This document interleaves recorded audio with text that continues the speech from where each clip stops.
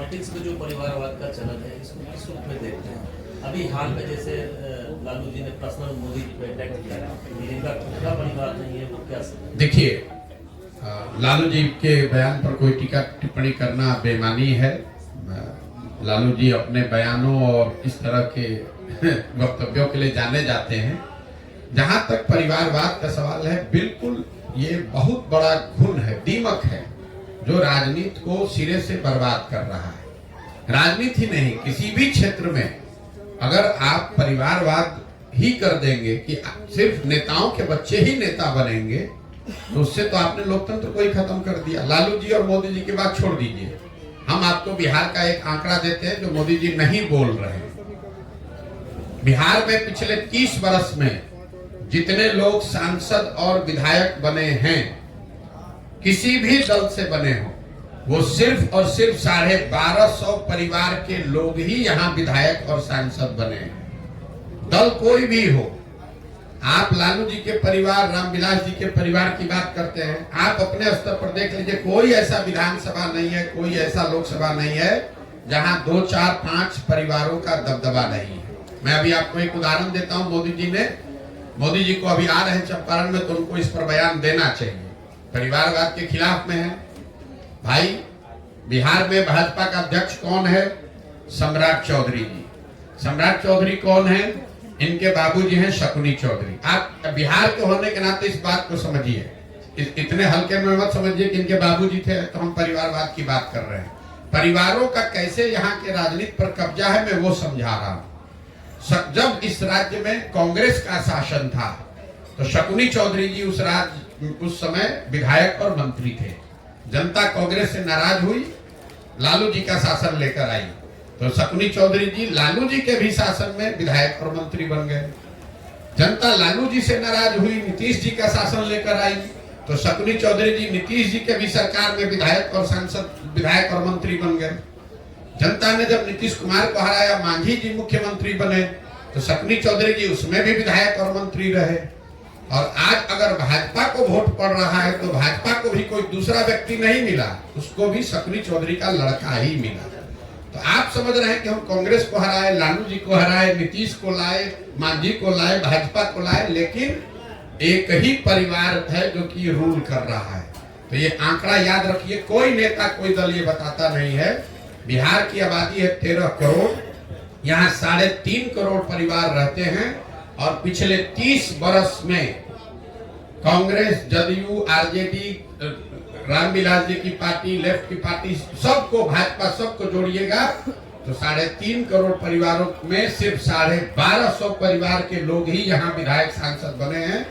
होता यह है कि जब जिस दल का हवा चला उसी में सब जाकर बैठ गए।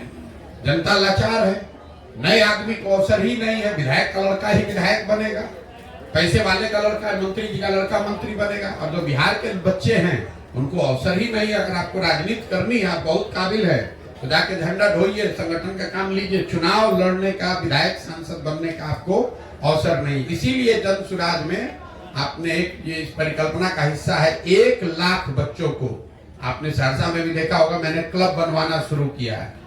हर पंचायत से 8 से 10 बच्चों को, जिनके बाबूजी बड़े आदमी नहीं है, जिनके बाबूजी विधायक, मंत्री, सांसद नहीं है, ऐसे बच्चों को जन सुराज चिन्हित कर रहा है, उनको प्रशिक्षित कर रहा है, इस लक्ष्य से कि अगले 3 से 5 वर्ष में इनका प्रशिक्षण और चुनाव लड़ने की व्यवस्था उनकी योग्यता के अनुसार जन सुराज से किया जाएगा, ताकि ये बच्चे आए, राजनीति में मुखिया बने, वार्ड सदस्य बने, प्रमुख बने, विधायक क्षमता हो तो विधायक, मंत्री बने, ताकि इन परिवारों का वर्चस्व खत्म हो। ये बहुत बड़ी परेशानी का कारण है, और सिर्फ नारेबाजी करने से और आक्षेप लगाने से नहीं होगा।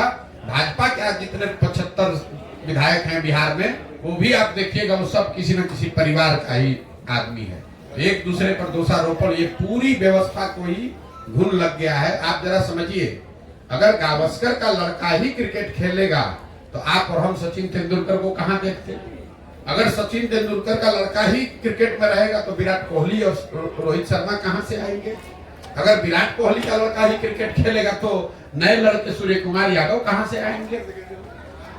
लोकतंत्र को इन लोगों ने, इन दलों ने खत्म कर लिया है। कुछ परिवारों ने कब्जा कर लिया। और सिर्फ ये दल विशेष की बात नहीं है। अब ये बात नहीं रह गई कि खाली कांग्रेस में परिवारवाद है कि लालू जी में परिवारवाद है। इसका जड़ इतना नीचे फैल गया है कि हर आदमी चाहता है मैं विधायक रहूं, मेरे बाद मेरा बच्चा बनेगा। कोई आदमी इससे अछूता नहीं है, कोई दल अछूता नहीं है।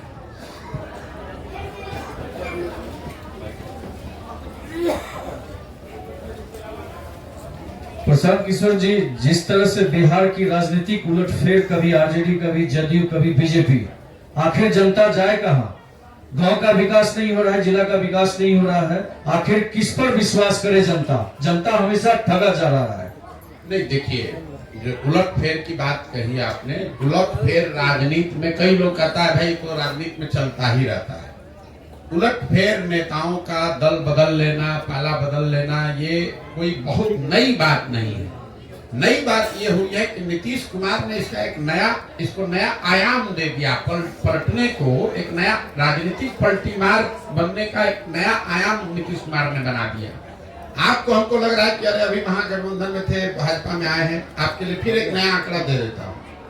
पिछले 10 वर्ष में नीतीश कुमार का ये 7वां प्रयास है, 7वां पलटी मारे, 7वां नया सरकार का प्रयास है। गिन लीजिए, 2012-13 में नीतीश कुमार जो महागठबंधन की, एनडीए की सरकार में थे, जब मोदी जी को चेहरा बनाया गया तो 2013 में उस गठबंधन को नीतीश कुमार ने तोड़ा और माइनॉरिटी की गवर्नमेंट चलानी शुरू की। वो पहला प्रयास था। वो माइनॉरिटी की गवर्नमेंट हार गई लोकसभा में, तो उन्होंने मांझी जी को मुख्यमंत्री बनाया। वो दूसरा प्रयास था। फिर मांझी जी को हटाया, 8 महीने के बाद खुद मुख्यमंत्री बन गए। ये तीसरा गवर्नमेंट बना। फिर महागठबंधन बनाकर चुनाव लड़े, वो चौथा हुआ। फिर महागठबंधन को छोड़कर एनडीए में भाग गए, वो 5वां हुआ। फिर एनडीए को छोड़कर महागठबंधन में भागे, वो 6वां हुआ। और फिर अभी छोड़कर वापस भाजपा में भागे। 10 वर्ष में 7 बार नीतीश कुमार पलटी मारे, या इन्होंने सरकार का स्वरूप बदला बिना वोटरों के सहमति के। अब नीतीश कुमार इस देश के सबसे बड़े पलटूमार राजनीतिज्ञ है, राजनेता है। ये तो बात सर्वविदित है, इस पर अब चर्चा भी लोग नहीं कर रहे। जैसे बिहार में शराबबंदी इतना फेल है कि कोई शराबबंदी पर सवाल भी नहीं कर रहा, तो नीतीश कुमार के पलटने पर कोई सवाल लोग नहीं उठा रहे। सवाल ये उठ रहा है भैया नीतीश कुमार तो पलटीमार हैं, लेकिन वो पलटीमार इसलिए बने हुए हैं कि जो दूसरे जो दल हैं, भाजपा और आरजेडी, ये भी उतने ही बड़े पलटीमार हैं। अब भाजपा को आप देख लीजिए, अभी कुछ ही महीना पहले अमित शाह आकर लौरिया में, हमको लगता है पश्चिम चंपारण में आकर चिल्ला कर बोले कि नीतीश के लिए है भाई जनता बिहार की सुन लो। किसी ने पूछा नहीं था, बिहार के पत्रकारों ने उनसे पूछा नहीं था, खुदे खड़ा होकर चिल्ला रहे थे, बिहार की जनता सुन लो, नीतीश के लिए सारे दरवाजे भाजपा के बंद हैं। चुनाव के बाद कोई सवाल ही नहीं पैदा होता है। चुनाव के बाद तो छोड़िए, चुनाव से पहले ही अपना उसको वापस ले लिए। ये आपको क्या दिखाता है? तो मजाक में लोग कह रहे हैं नीतीश कुमार अमित शाह दरवाजा तो ठीक है बंद किए थे, छिटकिनी लगाना भूल गए थे। ये बिहार की दुर्दशा क्यों है? ये बिहार की दुर्दशा इसलिए कि लोगों को 40 सांसदों का लालच है। हम लोग के लिए 40 सांसद ही हम लोग की दुर्गति का कारण बन गए। अफ्रीका में लोग बताते हैं कि जिस देश के पास जितना ज्यादा खनिज है, वहां उतना लूटमार है, उतना ज्यादा गरीबी है, क्योंकि उसी खनिज को लूटने के लिए सब गलत काम किया जाता है। बिहार की वही दशा है। यहाँ से 40 सांसद जीत कर दिल्ली जाता है, तो उस 40 सांसद के लालच में नेता और दल कुछ भी करने को तैयार है। आपने देखा वो दौर जब कांग्रेस ने इस पूरे राज्य को लालू जी के हवाले कर दिया। ऐसा नहीं कि कांग्रेस को मालूम नहीं था, दिल्ली में बैठे हुए लोगों को मालूम नहीं है कि बिहार में कितनी गरीबी, बदहाली या जंगल राज है। तो इसलिए उन्होंने आंख बंद किया कि लालू जी यहाँ जो करना है करते रहे, 20-25 सांसद हमारा जीत कर यूपीए में बना रहे। यही काम आज भाजपा कर रही है। जिस तरह बिहार को लालू के हवाले करके कांग्रेस ने छोड़ दिया था, उसी तरह भाजपा 30-35 सांसदों के लालच में नीतीश के हवाले करके और दिल्ली में बैठे हुए। यहाँ जितने लोग बैठे हैं जरा समझिए, भाजपा वो दल है जो दूसरे दलों को तोड़कर माइनॉरिटी में रहता है तो सरकार बनाता है। बिहार में वो सबसे बड़ा दल है, उनका 75 विधायक है, लेकिन वो मुख्यमंत्री नहीं बनते, सरकार नहीं बनाते, वो नीतीश जी को बनाते हैं। ऐसा क्यों? ऐसा इसलिए कि समीकरण कहीं गड़बड़ा ना जाए। 35 को सांसद जो दिल्ली में गया है उस पर आंच न आ जाए। बिहार अगर कत्लखाना में जाता है तो जाए, और बिहार की गरीबी का हम मजाक उड़ाए। बिहार के लड़के जाकर गुजरात में नौकरी मजदूरी करें तो उसको लाठी से मारे, गाली दे, बिहारी कहे। और मोदी जी जा रहे हैं अभी 13 तारीख को वहां सेमीकंडक्टर का लॉन्च करने फैक्ट्री, और यहाँ चंपारण आएंगे तो चीनी मिल के चालू करने पर भी कोई वक्तव्य जारी नहीं करेंगे। बिहार में आएंगे तो राष्ट्रवाद का बात होगा, हिंदू मुसलमान का बात होगा, राम मंदिर का बात होगा, लालू के जंगल राज की बात होगी। ये बात नहीं करेंगे कि बिहार में चीनी का मिल चालू कब होगा, बिहार के बच्चों को यहाँ से पलायन करने के लिए कब रुकना पड़ेगा। अगर गुजरात के बच्चे गुजरात से बाहर नहीं जा रहे हैं मजदूरी करने, तो हमारे बिहार के बच्चे क्यों जा रहे हैं बिहार से बाहर? इस पर मोदी जी कोई वक्तव्य नहीं देंगे। गुजरात से 26 MP जीत कर गया है, तो वो गुजरात हर चौथे दिन जा रहे हैं, वहाँ इन्वेस्टमेंट समिट हो रहा है, वहाँ फैक्ट्री लग रहा है। और बिहार से हम लोग 39 सांसद जिताए हैं, हम लोग को कोई पूछने वाला नहीं है। तो इसके लिए दोषी मोदी जी नहीं है, इसके लिए दोषी हम और आप हैं, क्योंकि उनको मालूम है बिहार में काम हो चाहे नहीं, यहाँ का आदमी अभी 6 महीने के बाद वोट होगा, चाहे मन से या बेमन से, विकल्प के अभाव में उसी मोदी जी उसी भाजपा को फिर जाकर बोरा में भर के हम लोग वोट देंगे, और हम लोग के लड़के बोरा अपने पीठ पर उठाएंगे, जीवन भर मजदूरी करेंगे। कुछ दिन पहले खबर आई थी जो आप जो है वाल्मीकि नगर से जो है लोकसभा चुनाव जो है लड़ने वाले हैं, ऐसा है। अरे मेरे भाई, मतलब पत्रकार जो है ना, आप लोग या जो सामान्य राजनीति आप लोग देखते हैं, इससे आगे देखने को तैयार ही नहीं। जब हमारा दल ही नहीं है, हमको वाल्मीकि में हमको इतने चुनाव लड़, हमने घोषणा एक बार मुंह से जो निकाल दिया उससे आगे पीछे नहीं हट सकते, दुनिया कोई ताकत नहीं हटा सकती है। 2017-18 में हमने कहा हुआ है कि 10 साल तक किसी भी लोकसभा या राज्यसभा में जाने का सवाल नहीं है। हमको अगर लोकसभा राज्यसभा में जाना है तो उसके लिए हमको वाल्मीकि नगर जाना पड़ेगा। जिस राज्य से आप कहिएगा वहां से हम जीत के कल सदन में चले जाएंगे। कोई पार्टी अपने यहाँ जिता के भेज देगी, लड़ने की जरूरत नहीं है, कोई राज्यसभा से नॉमिनेट करके भेज देगा। हमारी उसमें कोई दिलचस्पी नहीं है। पता नहीं कौन पत्रकार चला रहा है, बिना सोचे समझे वाल्मीकि नगर से लड़ रहे चुनाव। मेरे भाई, अगर हमको चुनाव लड़ना होता उसके लिए हमको पदयात्रा करने और वाल्मीकि नगर जाने की क्या जरूरत है? हम बंगाल से लड़ जाएंगे, आंध्रा से लड़ जाएंगे, कहीं से लड़ के जीत के जाए, बिना मेहनत को दूसरे लोग जिता के भेज देंगे। फालतू बात है। जब हमने कहा हुआ है कि हमको कोई दल से, राजनीति से, चुनाव से अभी मतलब नहीं है, हम जो काम कर रहे हैं लोगों को भरोसा ही नहीं है। इसलिए नहीं कि उनको हम पर भरोसा नहीं है, क्योंकि आपको इतना आदत लग गया है। कर नेता यहाँ तो कह न रहे हैं, देखिए नहीं चलेंगे थोड़े, हम आपको कह रहे हैं कि नहीं दल बनाएंगे। 18 महीने से चल रहे पैदल घर परिवार छोड़ के। अगर हमको चुनाव लड़ना होता, यहाँ तो बिहार में एक दिन में दल बना लेता है यार। तो यहाँ बिहार के भैया नेता को दल बनाने आ रहा है, हमको नहीं समझ है दल कैसे बनता है। उसके लिए 18 महीना हमको पैदल चलने की क्या जरूरत है? जब जो बात हमने कही है, जब तक बिहार को सुधारने के नजरिए से इस 3 उद्देश्य को लेकर घर से निकले हैं, इसको पूरा करने के लिए पूरा समाज में बिहार में पैदल न चलने, मत न ले, इसकी नई व्यवस्था न बना ले, तब तक इस लक्ष्य से हटने का सवाल ही नहीं पैदा होता है।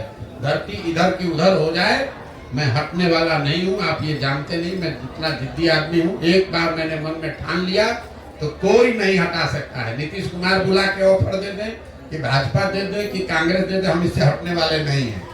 हमने सब 10 वर्ष संयुक्त राष्ट्र संघ में काम किया, 10 वर्ष चुनाव का काम कराया राजनीति का। उसके बाद अब तय किया है कि अब मेरे जीवन का लक्ष्य है बिहार में सुधार, और इसमें 5 वर्ष लगे, 10 वर्ष लगे, 20 वर्ष लगे, पीछे हटेंगे नहीं। यहीं पर ये व्यवस्था खड़ा करेंगे, और आप इत्मीनान रखिए, धीरज रखिए। 2 वर्ष 3 वर्ष में आपको ये व्यवस्था बनती हुई दिखेगी।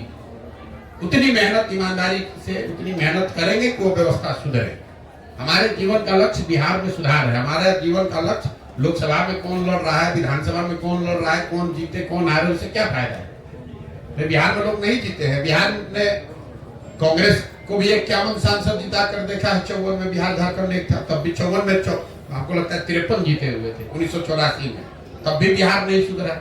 आज 54 में 51 बिहार झारखंड में मोदी जी का जीता हुआ है, तब भी बिहार नहीं सुधरा। 40 में 39 जिताए हैं, तब भी बिहार नहीं सुधरा। हम लोगों ने लालू जी का भी सामाजिक न्याय का दौर देखा, जब उन्हीं के नाम पर सब लोग वोट देता था, तब भी नहीं सुधरा। नीतीश का भी दौर देखा, तब भी नहीं सुधरा। तो प्रशांत किशोर कोई दल बनाकर चुनाव जीत जाएंगे तो बिहार सुधर जाएगा?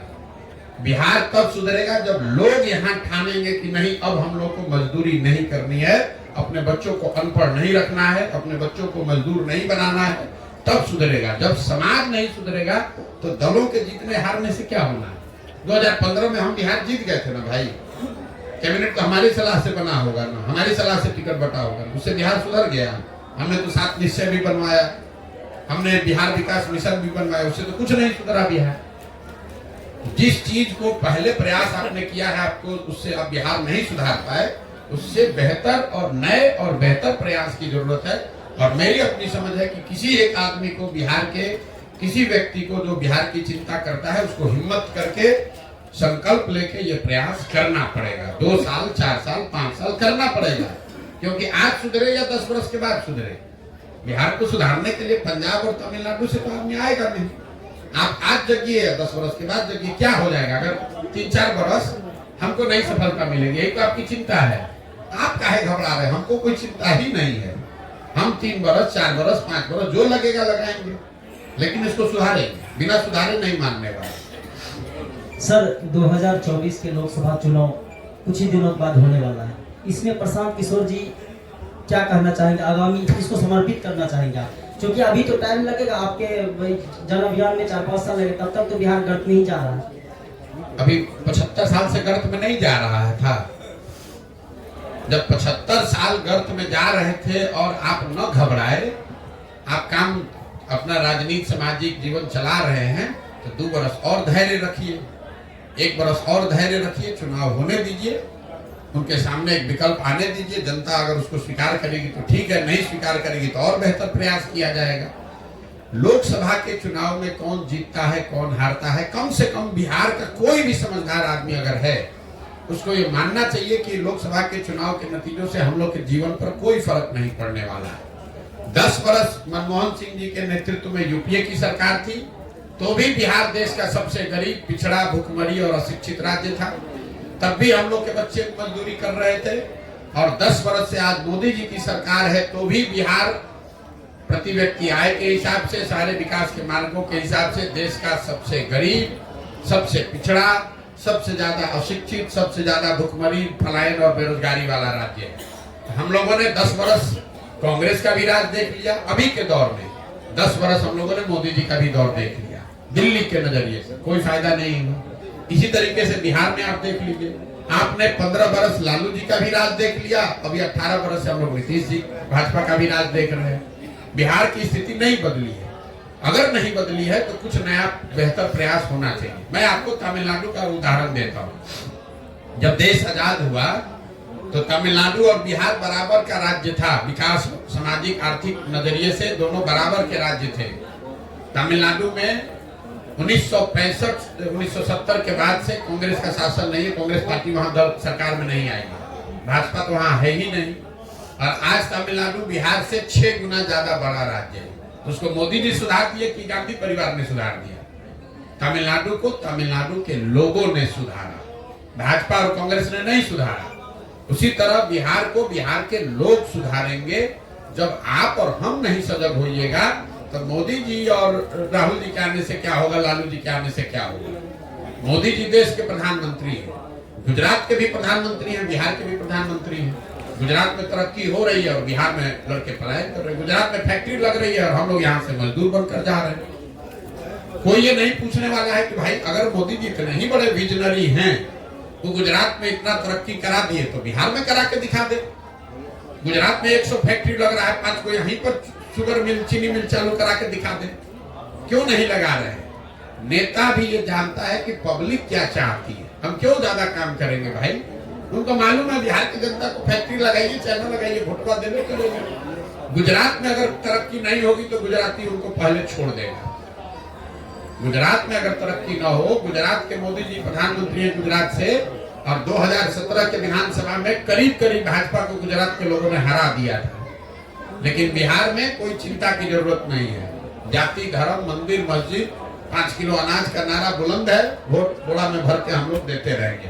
तो जब आपको हमको अपने और अपने बच्चों की चिंता नहीं है तो मोदी जी और लालू जी आपके बच्चे का चिंता क्यों करेंगे?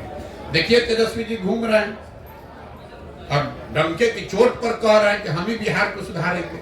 कोई नहीं पूछने वाला है, मेरे भाई तुम 15 साल तुम्हारे माता पिता थे यहाँ पर मुख्यमंत्री, बिहार को गर्त में ले जाने वालों में एक कंधा आपके लोगों का भी था। अभी आप 1.5 बरस नीतीश जी के साथ थे तो कौन सा आपने बिहार में क्या सुधार कर दिया? कौन सा रोड बनवा दिया? पथ निर्माण मंत्री थे। कौन सा अस्पताल आपने सुधार दिया? आप स्वास्थ्य मंत्री थे। पूरे गांव में जो दुर्दशा है नाली गली का, ये ग्रामीण कार्य मंत्री आप लोग भी ध्यान नहीं देते हैं, तेजस्वी यादव ही थे। ये शहरों की जो दुर्दशा है, शहरी विकास मंत्री खुद तेजस्वी यादव थे। कोई नहीं पूछने वाला है कि भाई शहरी विकास मंत्री के तौर पे कौन से शहर को सुधार दिए? बताओ। माँ बाप का तो छोड़ो, अपना बताओ भाई तुमने कौन सा सुधार दिया? कौन सा अस्पताल तुमने सुधार दिया?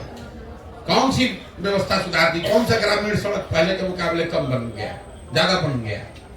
ये तो पूछना है नहीं। अब तेजस्वी यादव आएंगे, भाजपा विरोध, सारा जात पात भाजपा का डर दिखाकर जो यहाँ के समाज में सबसे गरीब पिछड़ा मुसलमान है उसका वोट लेके नेतागिरी बनेगा, पगड़ी बांध कर अपना भाषण देते रहेंगे।